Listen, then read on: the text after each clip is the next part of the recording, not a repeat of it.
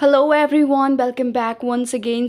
मैं आ चुकी हूँ एक नई लेस्बियन स्टोरी लेके, और ये स्टोरी भी बहुत ज़्यादा अमेजिंग और इंटरेस्टिंग होने वाली है। तो कहानी एंड तक ज़रूर देखना। और कहानी शुरू करने से पहले चैनल पे पहली बार आए हो और अभी तक सब्सक्राइब नहीं किया तो प्लीज़ यार सब्सक्राइब ज़रूर कर देना, बेल आइकन पे क्लिक करके ऑल नोटिफिकेशन ऑन कर लेना। तो कहानी शुरू करते हैं एक लड़की से जिसका नाम है रूमी। रूमी अभी 19 साल की है और ये उत्तर प्रदेश की रहने वाली है, और रूमी अभी कॉलेज में पढ़ाई कर रही है। रूमी जब 15 साल की थी तभी से इसको ये फीलिंग आने लगी थी कि इसे लड़कियों में इंटरेस्ट है और इसे लड़कियां अच्छी लगती है। और जब रूमी थोड़ा और बड़ी हुई, जब ये 17-18 की हुई, तब इसके हाथ में फोन आया और इसे अपनी सेक्सुअलिटी के बारे में पता चल गया। इसे पता चल गया कि ये एक लेस्बियन है और इसे लड़कियां इसलिए अच्छी लगती है। स्कूल के दिनों में, मतलब कि जब रूमी स्कूल में पढ़ती थी, तब इसे अपनी एक टीचर बहुत अच्छी लगती थी, लेकिन उस टीचर को कभी बोल नहीं पाई। और क्लास में पढ़ने वाली 2-3 लड़कियां भी जो थी उससे रूमी बहुत अट्रैक्ट होती थी, लेकिन उसे भी रूमी कुछ नहीं बोल पाई। स्कूल के दिन तो ऐसे तैसे करके बीत गया और स्कूल के दिनों में ये पूरी सिंगल रही, लेकिन जब से ये कॉलेज में आई है तब से रूमी चाहती है कि इसकी कोई गर्लफ्रेंड बने। जैसे ये कपल्स को देखती है, इसका मन करता है कि काश मेरी भी कोई होती जिसके साथ मैं ऐसे हाथ पकड़ के घूमती फिरती। फिलहाल तो अभी कॉलेज की छुट्टियां पड़ी हुई है। अभी रूमी सुबह सुबह मॉर्निंग वॉक पे जाती और पूरा दिन घर पे ही बिताती थी, वो भी अपने कमरे में, क्योंकि अभी रूमी नए शहर में आई हुई है और यहाँ पे इसके कोई ज्यादा दोस्त भी नहीं है। लेकिन कॉलेज की 1-2 लड़कियां हैं जो रूमी की दोस्त हैं। रूमी का घर में बैठे बैठे बिल्कुल भी मन नहीं लग रहा था। वो अपने मम्मी के पास जाके कहती है कि मम्मी कहीं बाहर घूमने चलते हैं ना। तो उसकी मम्मी कहती है बेटा तेरी कॉलेज की छुट्टियां हैं, मेरी नहीं, मैं कैसे जाऊं? अगर तुझे जाना है तो अपने दोस्तों के साथ चली जा। तो रूमी अपने कमरे में जाके अपने कॉलेज की एक फ्रेंड को कॉल करती है। कॉल करने के बाद वो अपने दोस्त से कहती है कि यार अभी छुट्टियां पड़ी हुई और हम अपनी सारी छुट्टियां ऐसे कमरे में बिता रहे, क्यों ना कहीं बाहर घूमने चले।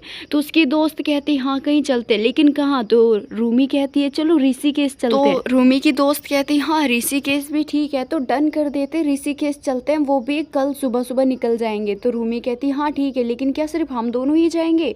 तो रूमी की दोस्त कहती अरे नहीं नहीं, हम उसको भी ले लेते हैं ना। तो रूमी कहती उसको किसको? तो फिर रूमी की दोस्त कहती अरे मेरे 2 दोस्त है यार, अगर वो लोग भी चलेंगे तो सही रहेगा ना। तो रूमी कहती हाँ हाँ तू अपने 2 दोस्तों को भी ले ले, वैसे भी सिर्फ हम दोनों जाके क्या ही करेंगे। तो फिर उसकी दोस्त कहती है चल ठीक है, और फिर वो चारों ट्रिप के लिए तैयार हो जाते हैं। और रात को रूमी सारे अपने कपड़े पैक कर लेती है, मतलब कि जितने दिन के लिए उसे जाना था उतने दिन के वो सारे कपड़े बैग में रख लेती है। रात भर तो रूमी को बिल्कुल भी नींद नहीं आ रही थी, वो बहुत एक्साइटेड थी ऋषिकेश जाने के लिए, वो भी अपने दोस्तों के साथ। ऐसे तैसे करके रात बीतती और सुबह आ जाती, और सुबह रूमी बहुत खुश होती है। वो अपने मम्मी के पास जाके उसे गले लगा लेती है और वो कहती है कि मम्मी मैं ऋषिकेश जा रही हूँ और हो सके तो 4-5 दिनों में आ जाऊंगी। उसकी मम्मी रूमी को आशीर्वाद देती है और वो कहती है अच्छे से जाना। और तभी रूमी के दरवाजे पे कोई नॉक करता है। रूमी दरवाजा खोलती है, दरवाजे के सामने उसकी दोस्त होती है। वो अपनी दोस्त को गले लगा लेती है और वो जब थोड़ी नजरें पीछे देखती है, वो देखती है कि एक कार है जिसमें कि 2 लड़कियां बैठी हुई है। रूमी समझ जाती है कि वो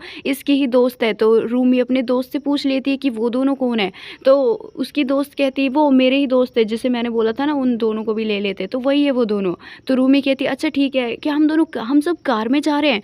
तो उसकी दोस्त कहती हाँ यार हम सब कार में जा रहे, पूरा इंजॉय करते हुए जाएंगे, एक एक मोमेंट को स्पेशल बना के जाएंगे। रूमी बहुत खुश हो जाती है और वो बहुत ज़्यादा एक्साइटेड हो जाती है। फिर रूमी अपना सारा सामान कार में रखती है और फिर रूमी की जो दोस्त थी उन दोनों लड़कियों से उसका जान पहचान कराती है। वो बोलती है कि ये है मेरी दोस्त जिसका नाम है सुलेखा और ये दूसरी दोस्त जिसका नाम है लतिका।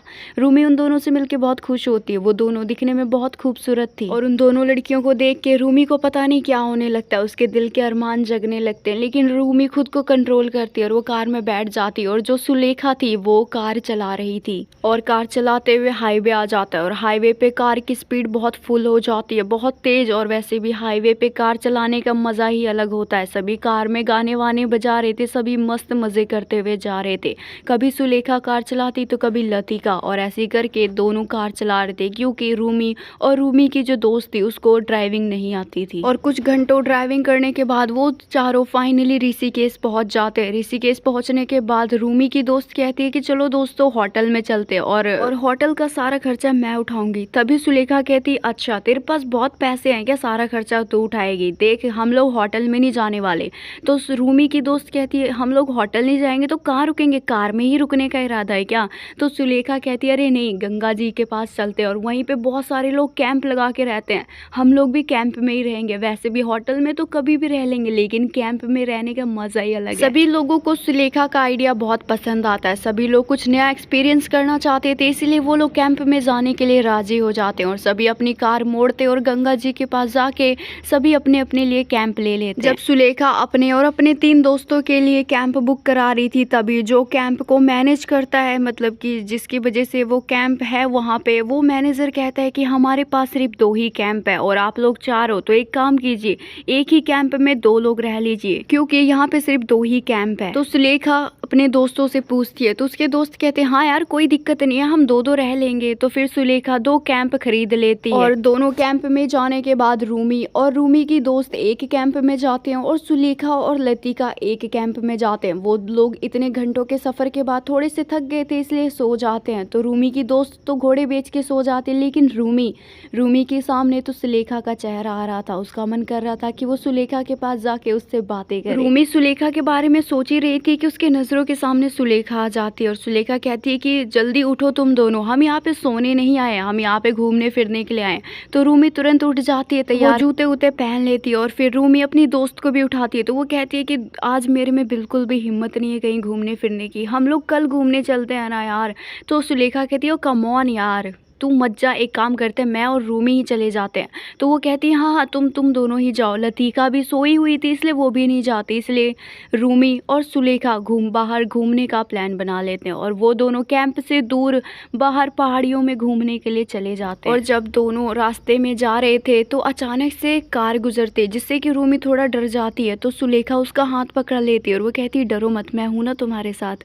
तो रूमी को बहुत अच्छा लगता है सुलेखा की ये बात सुन के और सुलेखा उसका हाथ नहीं छोड़ती और फिर दोनों एक दूसरे के बारे में पूछने लग जाते हैं और रूमी उसे बताती है कि मैं कॉलेज में पढ़ाई कर रही हूँ। सुलेखा कहती है कि मैं पढ़ाई नहीं कर रही, मेरा खुद का कारोबार है और मैं उस कारोबार को संभाल रही हूँ।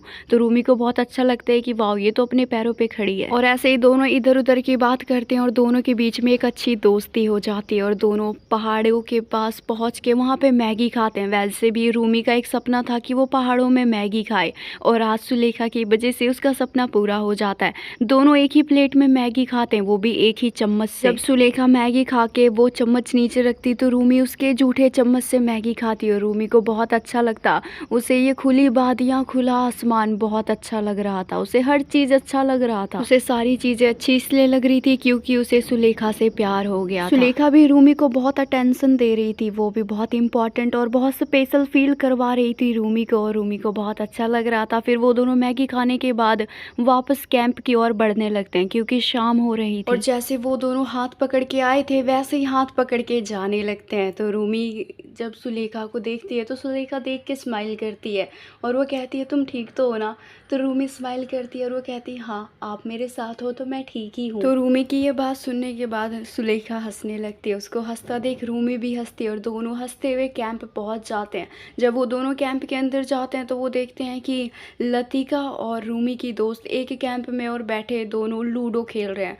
तो सुलेखा और रूमी दोनों एक ही कैंप में चले जाते हैं और अब सुलेखा और रूमी दोनों एक ही कैंप में थे और दोनों लेट जाते हैं। तो जब सुलेखा लेटती है वो अपना हाथ साइड में करती है तो उसके हाथ पे रूमी अपना सर रख देती है। तो सुलेखा उसे देख के फिर से स्माइल करती है। उसकी स्माइल देख के रूमी को पता नहीं क्यों ये लगने लगता है कि शायद सुलेखा को भी उससे प्यार हो गया, वो भी उसे पसंद करने लगी। फिर सुलेखा तो आंखें बंद करके सो जाती है, लेकिन रूमी उसे सोता हुआ देखते रहती है और वो कहती है कि ये होठ, ये आंखें, ये जुल्फे कितनी खूबसूरत है। और बाहर रात भी हो चुकी थी, सभी ने अपने कैंप के अंदर की लाइट जला ली थी, लेकिन जिस कैंप में रूमी और सुलेखा थे उस कैंप में लाइट नहीं जलाई थी, मतलब कि कैंप में भी अब अंधेरा सा हो गया था। तो रूमी सुलेखा को देखते देखते पता नहीं रूमी को क्या हो जाता है, वो सुलेखा के होठों के करीब आती है। वो देखती है कि सुलेखा अभी भी सो ही रही है और उसके होठों के करीब जाके सुलेखा उसकी गर्म सांस को महसूस करती है और उसकी गर्म सांस को महसूस करते वक्त रूमी उसके होठों के करीब जाके वो सुलेखा के होठों को चूम लेती है, उसे किस कर लेती है। वो देखती है कि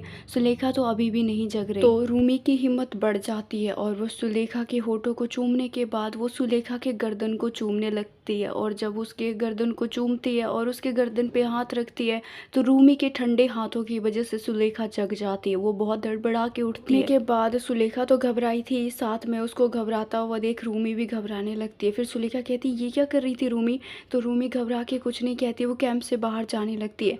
तो सुलेखा उसका पीछे से हाथ पकड़ के अपने करीब खींचती है और वो कहती है डर क्यों रही हो, मैंने तुम्हें कुछ बोला क्या? तो रूमी कहती क्या मतलब है तुम्हारा? तो सुलेखा कहती तुम्हें क्या लगता है मैं सो रही थी? तुमने मुझे किस किया और मुझे पता भी नहीं चलेगा। तो रूमी कहती है सॉरी सुलेखा, गलती से हो गया। तो सुलेखा कहती है ओ गॉड, मैं बच्ची हूँ क्या? ना मैं बच्ची हूँ ना तुम बच्ची हो, और गलती से लोग टकराते हैं, किस नहीं करते। रूमी तो बस सुलेखा की ही सुनी जा रही थी। फिर सुलेखा भी रूमी के होठों को अपने करीब लाती है, उसके चिन को पकड़ती है और उसके होठों को चूम लेती है और वो रूमी के होठों को अपने होठों में दबा लेती है। एक हाथ से सुलेखा ने रूमी के गर्दन को पकड़ा था और दूसरे हाथ से सुलेखा रूमी के पीठ को सहला रही थी, जिससे कि रूमी की बॉडी गर्म होने लगती है। फिर रूमी सुलेखा को गले लगा लेती है और दोनों कैंप में थे, दोनों पब्लिक प्लेस में थे, इसलिए दोनों ज़्यादा कुछ नहीं करते, बस एक दूसरे को चूमते हैं और एक दूसरे की बाहों में सो जाते हैं, वो भी गहरी नींद में। इतने सालों के बाद रूमी पहली बार सुकून की और चैन की नींद सो रही थी। रूमी सोते हुए कहती है कि सुलेखा मैं तुमसे बहुत प्यार करती हूँ।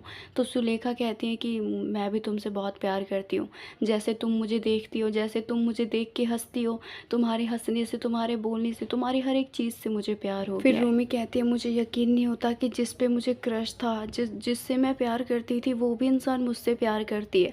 तो सुलेखा कहती है कि अक्सर वही चीज़ें होती है जो हम सोचते भी नहीं है और वो नहीं होती है जो हम सोचते हैं। फिर रूमी कहती है सुलेखा मुझे कभी धोखा मत देना, क्योंकि मुझे धोखे से बहुत डर लगता है, मैं तुम्हें कभी खोना नहीं चाहती। तो सुलेखा कहती है मैं वादा करती हूँ कि मैं तुम्हें कभी नहीं छोड़ूंगी और कभी तुम्हें धोखा नहीं दूंगी। और दोनों एक दूसरे को दिल की बात बता के एक दूसरे की बाहों में सो जाते हैं। और इन दोनों की प्यारी सी कहानी का पार्ट 1 बस यहीं तक। पार्ट 2 में हम देखेंगे कि कैसे सुलेखा अपने परिवार को रूमी के बारे में बताएगी और रूमी कैसे अपने मम्मी को सुलेखा के बारे में बताएगी, और जब रूमी और सुलेखा के रिश्ते के बारे में रूमी और सुलेखा के दोस्तों को पता चलेगा तो उन दोनों का रिएक्शन क्या होगा। सो गाइस पार्ट 2 को भी ज़रूर देखना, वो पार्ट भी बहुत जल्द आ जाएगा। सो अभी के लिए बस इतना ही, मैं मिलती हूँ आपसे नेक्स्ट पार्ट में, तब तक के लिए thanks for watching guys. Hope करती हूँ कहानी आपको पसंद आई होगी, पसंद आई तो वीडियो को लाइक करना, चैनल पे पहली बार आए हो तो प्लीज़ यार सब्सक्राइब ज़रूर कर देना और कमेंट करके ज़रूर बताना आपको कहानी कैसी लगी। हो सके तो वीडियो को शेयर कर देना, और अगर आप मुझे इंस्टा पे फॉलो करना चाहते हो तो लिंक इन डिस्क्रिप्शन।